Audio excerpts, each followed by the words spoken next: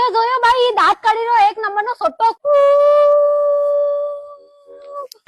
ઓ લીલું મત રોવે ઓ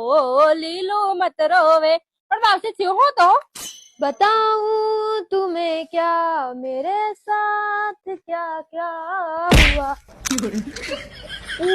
એટલે તો કોઈ શાહરુખ ખાન ગીત ગાવા આવ્યા સાના મને બતાડ હોતી તો હું તને શું બતાવો ઝવેર તને એક વખત કીધું ને સવે મુજે કસરીનો દીવાનો તો